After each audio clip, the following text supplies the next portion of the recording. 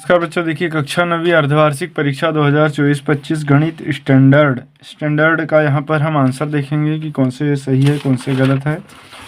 तो देखिए पहला क्वेश्चन हमारे पास दिया है, एक परिमेय संख्या का दशमलव निरूपण नहीं हो सकता, तो ये अशांत अनावृत्ति नहीं हो सकता।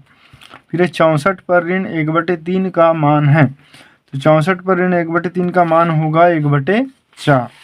फिर निम्नलिखित में बहुपद नहीं है, तो y धन 2/y ये बहुपद नहीं है। शून्य बहुपद की घात होती है, तो ये अपरिभाषित है, मतलब परिभाषित नहीं है। फिर 3/4 में 1/4 को घटाने पर प्राप्त होगा 1/2। अगला क्वेश्चन है, समीकरण x ऋण 2y बराबर 4 के लिए निम्न में से कौन सा एक हल है, तो ये 4 0 हल है। नेक्स्ट क्वेश्चन देखते हैं, प्रश्न क्रमांक 2। देखिए क्या लिखा है, बिंदु 3 0 x अक्ष पर स्थित होगा। फिर है x बराबर a का आलेख खालिस्तान अक्ष के समांतर सरल रेखा होती है, तो ये y अक्ष के समांतर होती है।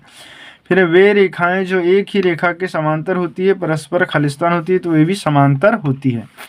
फिर एक समद्विबाहु त्रिभुज की बराबर भुजाओं के सम्मुख कोण खालिस्तान होते हैं, तो ये बराबर होते हैं। वह चतुर्भुज जिसकी सभी भुजाएं समान हो और प्रत्येक कोण 90 अंश के बराबर हो खालिस्तान कहलाता है, तो वर्ग कहलाता है। फिर दो समकोण जो दो कोण जिनका योग 180 अंश होता है वे समपूरक कहलाते हैं, तो ये ठीक है। इसके बाद हम देखते हैं सत्य असत्य। प्रश्न क्रमांक 3। पहला है 59/8 में शेषफल का मान 5 होगा, तो ये असत्य।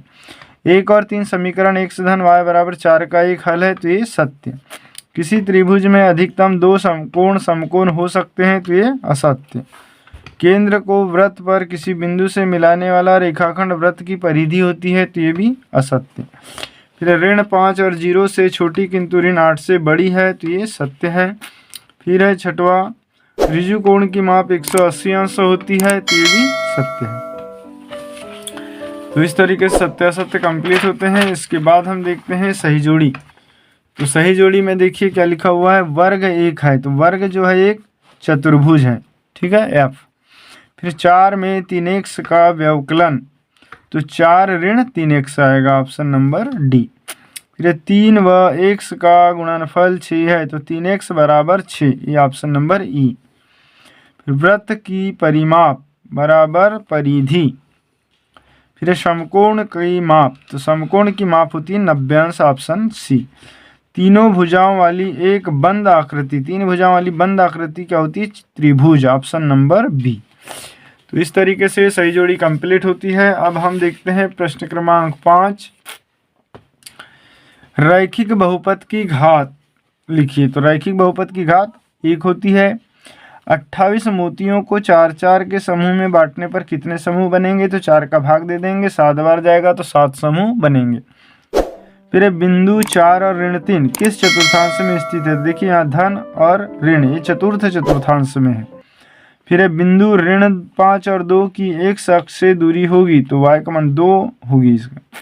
प्रथम 10 सम प्राकृत संख्याओं का योग होगा, तो देखिए 10 प्राकृत संख्याओं का योग होगा, तो ये हो जाएगा सम प्राकृत संख्याओं का योग 10 11 110, तो इसका उत्तर हो जाएगा 110, ठीक है।